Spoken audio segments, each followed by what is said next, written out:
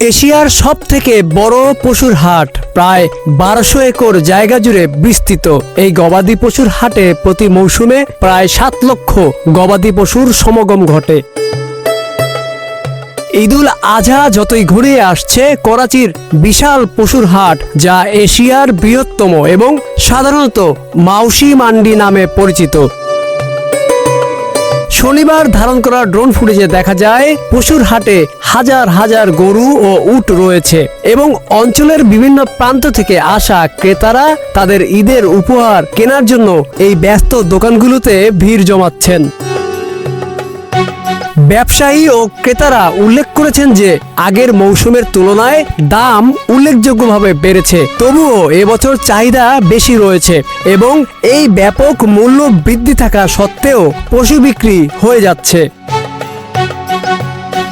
গরু ক্রেতা মোহাম্মদ নাফিস বলেন, গরুর হাটে মানুষের প্রচন্ড ভিড়, দাম আকাশ ছোঁয়া, তবুও মানুষ পশু কিনছে। আশা করি আমরা আমাদের পছন্দের পশুটি কিনতে পারবো। গরু বিক্রেতা জান মোহাম্মদ যোগ করেন, চাহিদা ন্যায্য এবং আমরা এই দামে খুশি। আপনি নিজেই দেখতে পারেন যে হাটটি প্রায় খালি হয়ে যাচ্ছে।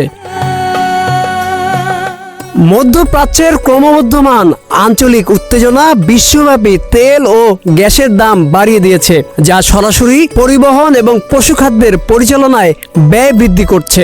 এই বিঘ্ন দেশব্যাপী গবাদি পশুর দাম ব্যাপকভাবে বাড়িয়ে দিয়েছে, যার ফলে অনেক পরিবার এবছর ঐতিহ্যবাহী ঈদে কোরবানি করা থেকে বিরত থাকছে।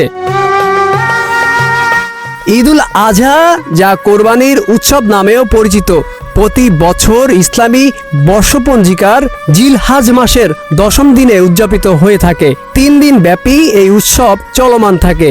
এই উৎসবটি হজের সমাপ্তি চিহ্নিত করে, যা হলো সারা বিশ্বের মুসলমানদের মক্কা বার্ষিকীর তীর্থযাত্রা।